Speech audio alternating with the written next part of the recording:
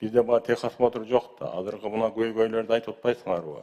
Себеби бузук машина, жаман машина, баягы туура келбеген машина. Ушу шаарда жүрүүгө техосмотр сөзсүз керек деп койсок болобу ушуга? Эмне бул адамдын укугун бузабы, же айдоочунун укугун бузабы? Эмне буга тоскоол болот? Могу замначальник ГАИ айтсынчы сизге. Жок, бул боюнча туура айтасыз. Негизи биз хотя бы ушу шаарга техосмотрду толук киргизүү маселесин мындан 3 жыл мурда 21-жылда көтөргөнбүз. Бирок жанагы президенттин 548 указынын негизинде биз жанагы унааны бизге өткөзгөндө ошондо биз ушу атайын ушу лицензированияны киргизип кеткенбиз. Хоть ушул жалпы элде ушу техосмотрго акча төлөөгө ошолдо элдин да көз карашы, коомчулукту да абдан катуу критикага түшүп турганбыз. Сиздер жакшы билесиздер. Ошон үчүн биз лицензированияны киргизип кеткенбиз. Аны биз сунуштаганда ушу жогорку кеңеште дагы ушул атайын жылдырылып калганда колдоого алынган эмес. Мына бунда абдан колдоого алып берип атасыздар. Негизи бул дагы бир абдан жакшы тартипке келтирилет. Рахмат. Өзү жеңилдеткен нерсени ордотуш кыйын да. Булар башында жеңилдетип алып, техосмотр жок жүрсө боло берет деген. Мен мисалы үчүн азыр бирден бир причина деп сиздин токтомуңузду ушуну көрдүм да. Бузук машиналар, жарабаган машиналар, поворотник күйбөгөн машиналар. Мен бул ойлордун айтып аткан бардыгы акча каражат талап кылбай турган ой. Бул экинчи ой. Үчүнчү ой. Оң рулдуу автоунаалар.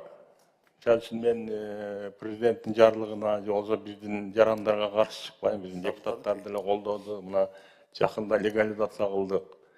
Ушуларды дагы мына бизде жол жүрүү эреже. Вообще адам жалпы эреже менен жашайт. Анан айрыкча эреже деген угуп турсаңар, жалпы эреже менен жашайт. Жалпы эреже бизде сол жактуу, то есть правый полоса менен жүрө турган эми ал сол жактуу руль. Ушуну болбоду дегенде шаарга киргизбей койсо болобу. Бул дагы ой. Мисалы үчүн аны мен ойлойм, мэрия өзүнүн токтому менен деле кылып койсо болот.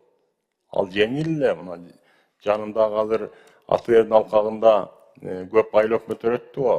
Ошол жерден үлүш жерлери барбы, ФПС жерлери барбы, чоң-чоң стоянкаларды кылып, шаарга чейин кел машинең менен айдап жүрө бер. Шаарга сен коомдук транспорт мененби, же болбосо тууганыңды чакырасыңбы? Ушундай бир ой да, бул ойду бир жазып алсаңар, ушундай кылса болобу? Шаардын ичинде.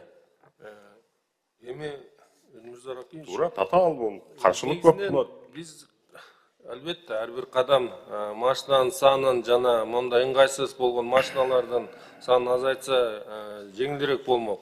Бирок бул жерде мен ойлойм, бул адамдын укугун жана башка мыйзамдарга ылайык жалпы саясатта карабасак, мындай жеке мэриянын деңгээлинде жана Бишкек шаарынын алкагында кабыл алыш кыйын болот го деген ойдомун. Жок, жалпы эреже бар да, бизде ПДД бар. Эртең бул машиналар көбөйсө, анда биз Англиядай, же болбосо Гонконгдой оң тарапка өтүшүбүз керек барды. Туурабы? Ошондой 50%дан ашып кетсе, биз эрежени бузушубуз. Биз бардыгыбыз сол рулдуу эрежеге үйрөнгөнбүз.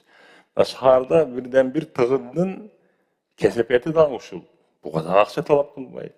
Аны бардыгы түшүнүк менен кабыл алыш керек.